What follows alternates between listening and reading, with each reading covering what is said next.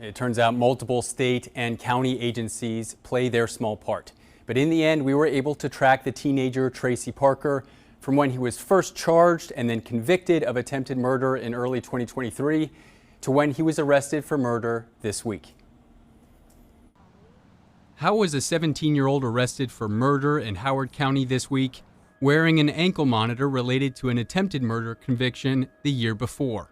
11 News Investigates has learned that in January 2023, teenager Tracy Parker was arrested for attempted murder while he was a student at Meade High School, part of Anne Arundel County Public Schools. We confirmed Anne Arundel County Police notified the school district of the charges at the time as required. Sometime after that, we don't know exactly when, Parker was convicted of that crime. In a one-on-one interview, Maryland Secretary of Juvenile Services Vincent Schiraldi tells us he can't talk about individual cases, but he would speak in generalities. So sometimes young people get sentenced by the courts to one of our placement facilities, a correctional facility. In court on Wednesday, a prosecutor for the Howard County State's Attorney's Office said Parker was detained at 3 DJS facilities following his conviction in 2023, until Parker was released in March 2024 with an ankle monitor on the condition he enroll in school and have a curfew. And then fast forward to this fall. We know Parker has been a student at Howard High School in Howard County.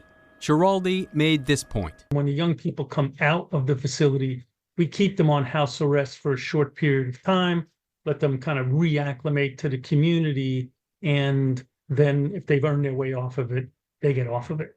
So just because a young person's on an electronic monitor, folks shouldn't think that that meant that they were diverted from incarceration. Schiraldi says DJS is legally prohibited from notifying schools. So whose responsibility was it to notify Howard High School about Parker's past? Someone should be charged with notifying that school and that principal directly, correct?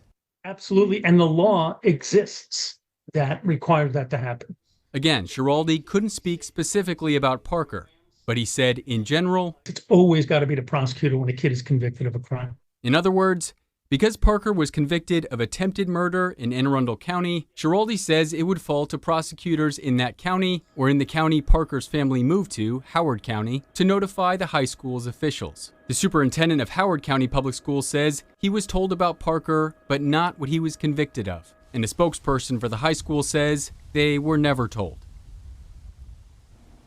And an hour ago, the Anne Arundel County State's Attorney's Office responded to 11 News Investigates, writing, "The statute mandates they notify the local school superintendent, not other jurisdictions." The statement implies that the Anne Arundel County Public Schools superintendent may have been the one to notify the Howard County superintendent about Parker. For 11 News Investigates, I'm Tolly Taylor.